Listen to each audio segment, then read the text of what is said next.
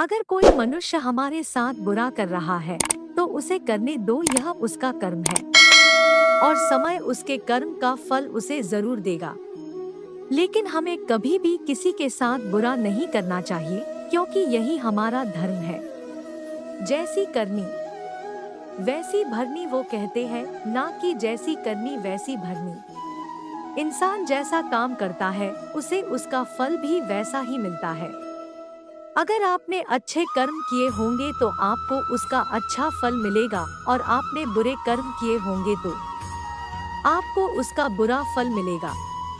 अगर किसी के साथ कुछ बुरा होता है तो लोग कहते हैं कि इसने पिछले जन्म में जरूर कुछ बुरा किया होगा, इसलिए ही उसके साथ ऐसा बुरा हुआ।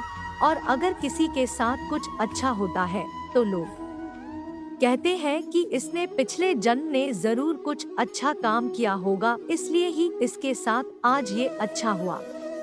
देखा जाए तो आज के जमाने में इंसान को अपने इस जन्म का हिसाब इसी जन्म में चुकाना पड़ता है, क्योंकि पहले भगवान नोटबुक पेन लेकर के हिसाब करते थे, इसलिए उन्हें हिसाब करने में देर लगती थी। आज के जमाने में भगवान के पास भी लैपटॉप आ गया है, तो उन्हें इंसान के कर्म का फल देने में यानी कि हिसाब करने में देरी नहीं लगती है।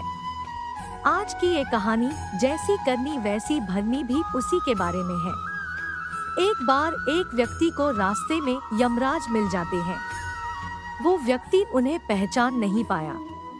यमराज ने उस व्यक्ति से पीने के लिए पानी मांगा। उस व्यक्ति ने बिना कुछ सोचे और बिना एक भी क्षण गवाए यमराज को पानी पिला दिया।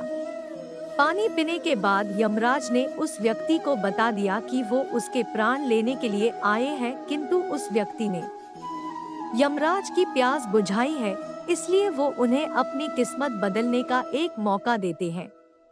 इतना बोलने के बाद यमराज ने उस व्यक्ति के हाथ में एक डायरी दे दी और उस व्यक्ति से कहा कि तुम्हारे पास 10 मिनट का समय है। इस डायरी में तुम जो भी लिखोगे वही सच में हो जाएगा, लेकिन ध्यान रखना कि तुम्हारे पास केवल 10 मिनट ही है। उस व्यक्ति ने डायरी खोलकर देखा कि पहले ही पेज पर लिखा था कि उसके दोस्त को लॉटरी निकलने वाली है और वो करोड़पति बनने वाला है। वो व्यक्ति ने वहां लिख दिया कि उसके दोस्त को लॉटरी न निकले। अगले पेज पर लिखा था कि उसका एक रिश्तेदार चुनाव जीतकर मंत्री बनने वाला है।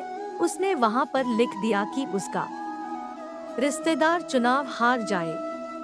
इसी तरह वो पेज पलटता रहा और अंत में उसे अपना पेज दिखाई दिया।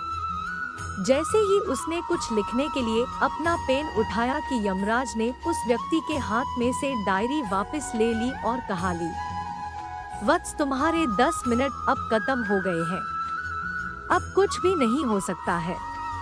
यमराज ने कहा कि तुमने अपना पूरा समय दूसरों का बुरा करने में व्यतीत कर दिया और अपने आप को ही खतरे में डाल दिया। अब तो तुम्हारा अंत निश्चित है। अब तुम्हें कोई नहीं बचा सकता, क्योंकि तुम अपने आप को ही नहीं बचा पाए। यह सुनकर वो व्यक्ति बहुत ज्यादा पछताता है, लेकिन अब पछताने से कुछ नहीं हो सकता था, क्योंकि अब सुनहरा मौका उसके हाथ से निकल चुका था। मोरल: अगर भगवान ने आपको कोई शक्ति दी है तो कभी किसी का बुरा न सोचे और ना ही किसी का बुरा करे। दूसरों का भला करने वाले सदा सुखी और दूसरों का बुरा करने वाले सदा दुखी रहते हैं।